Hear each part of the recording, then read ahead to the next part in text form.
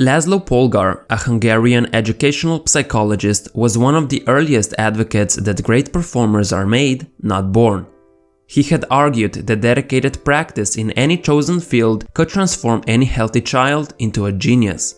Children have extraordinary potential, and it's up to society to unlock it, he says. The problem is that people for some reason do not believe it. They seem to think that excellence is only open to others, not themselves. Back in 1960s, when Polgar was contemplating his experiment, his idea about talent was considered so absurd that local government official told him to see a psychiatrist to get rid of his delusions.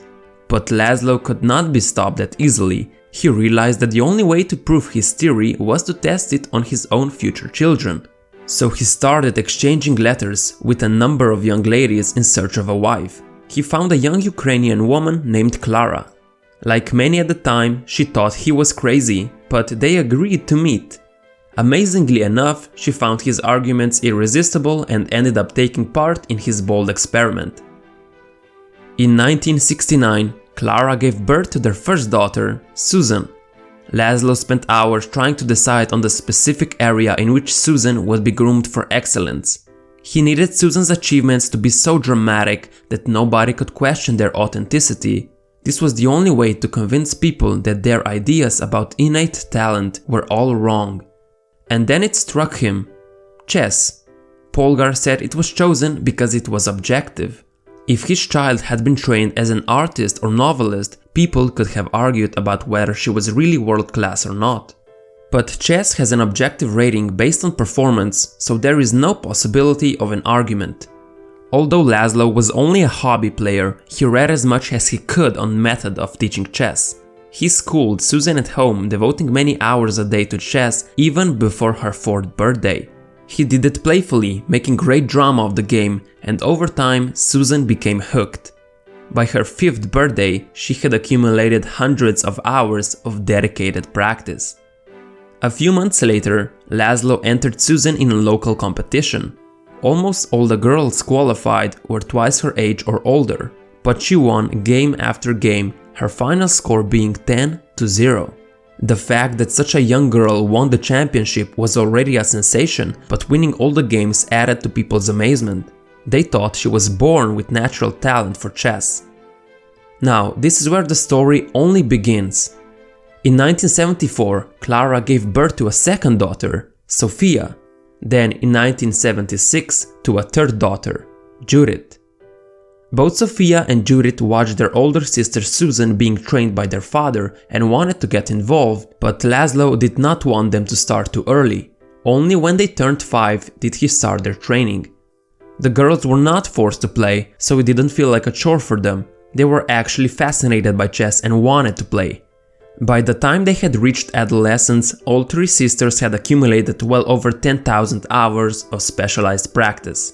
Let's take a look at how they performed. At the age of 12, Susan became a world champion for girls under 16. Less than 2 years later, she became the top-rated female player in the world. In 1991, she became the first woman player in history to reach the status of Grandmaster, the highest title you can reach in chess.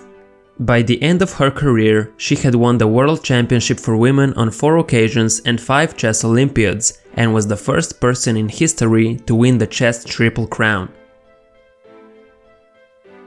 Sofia won the girls under 14 championship, and like her sister, she would win many gold medals from chess Olympiads and other prestigious championships as well.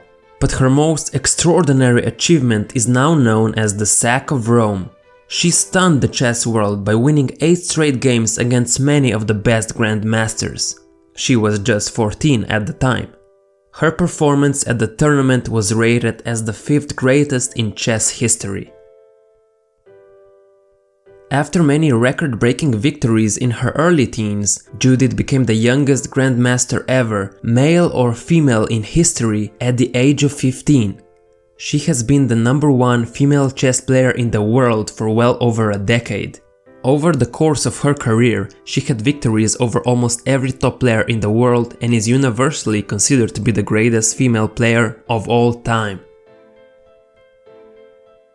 The story of the Polgar sisters provides evidence for Laszlo's theory of dedicated practice, but the public was sure that the sisters' success was a consequence of unique talent. Susan was even described by the local newspaper as a child prodigy. But this is an iceberg illusion. We only see the fruits of labor, but not the hard work behind the curtains. As Laszlo puts it, if they had seen the painfully slow progress, the inch-by-inch improvements, they would not have been so quick to call Susan a prodigy. Also, neither Laszlo nor Klara could have passed on any innate chess ability to their daughters. Laszlo was only a mediocre player, and Klara had demonstrated no chess ability at all. The sisters' success resulted only from their years of intensive work. At the same time, it must be noted that the sisters did not achieve equal levels of success. The middle sister Sofia did not reach the heights of her two sisters, and everyone seems to agree that she was the least committed, although she did become the 6th ranked woman in the world. Even Susan said that Sofia was lazy, and Sofia herself agreed that she would give up easier than Judit and never worked as hard as she did. Likewise, everyone seems to agree that Judit, who rose the highest, worked hardest and practiced the most. So here's a question for you.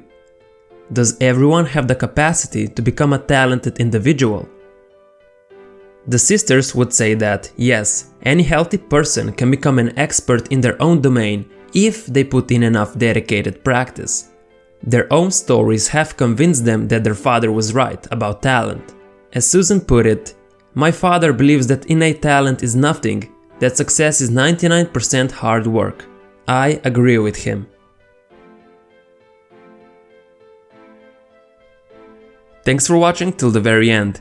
I hope you find the story of the Polgar sisters as fascinating as I did. If you enjoyed the video, don't forget to press that like button, and if you're new to the channel, make sure to subscribe. Together we'll become better than yesterday.